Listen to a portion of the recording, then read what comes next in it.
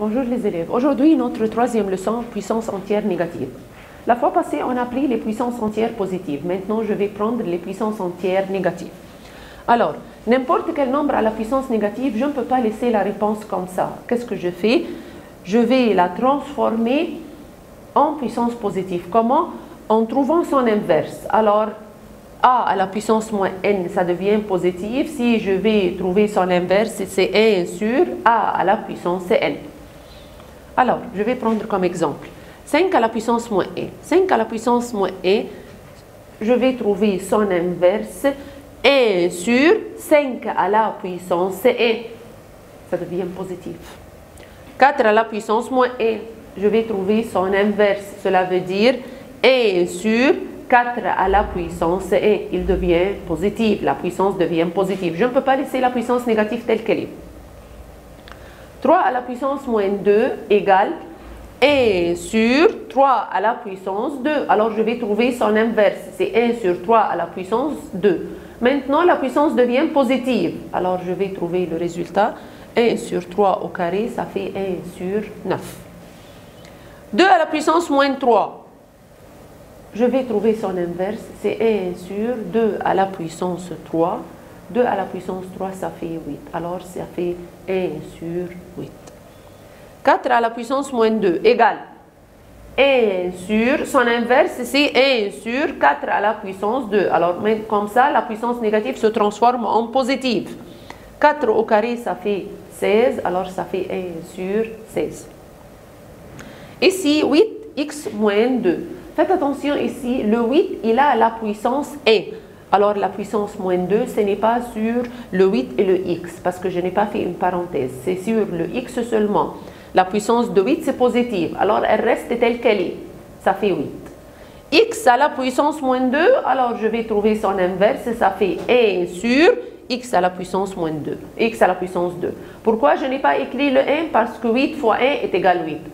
Je n'ai rien changé. Alors, c'est 8 sur x au carré. X à la puissance moins 3. C'est 1 sur x à la puissance 3. Je vais trouver son inverse. 6 à la puissance moins 2, le tout à la puissance moins 3. Alors, deux puissances qui se suivent, je dois faire fois. Deux puissances qui se suivent, je dois faire fois. Alors, moins 2 fois moins 3, ça fait 6. Moins fois moins, c'est plus. Alors, ça fait 6. Alors, c'est c à la puissance 6. La puissance devient positive.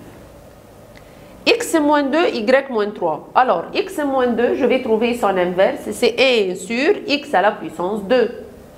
Y moins 3, c'est 1 sur y à la puissance 3.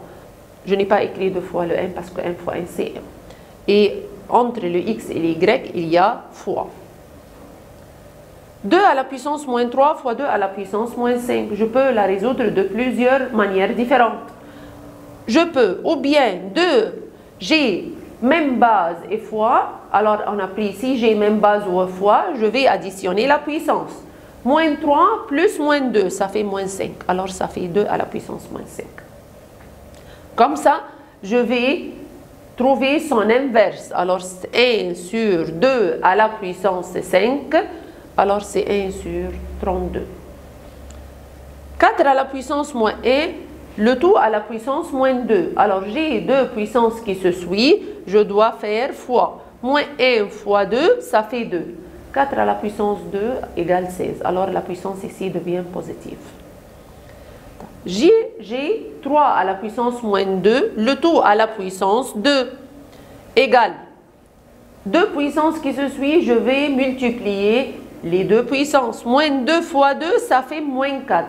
Maintenant, j'ai la puissance négative. Qu'est-ce que je fais? Je vais trouver son inverse. Alors, c'est 1 sur 3 à la puissance 4. Je vais trouver 1 sur 3 à la puissance 4, ça fait 1 sur 81. La division, on a dit, si j'ai même base ou division, je vais soustraire la puissance. Alors, 7 moins 5, ça fait 12. Alors, c'est x à la puissance 12.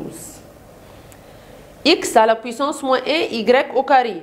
X à la puissance moins 1, c'est partie puissance négative. Alors, je vais trouver son inverse.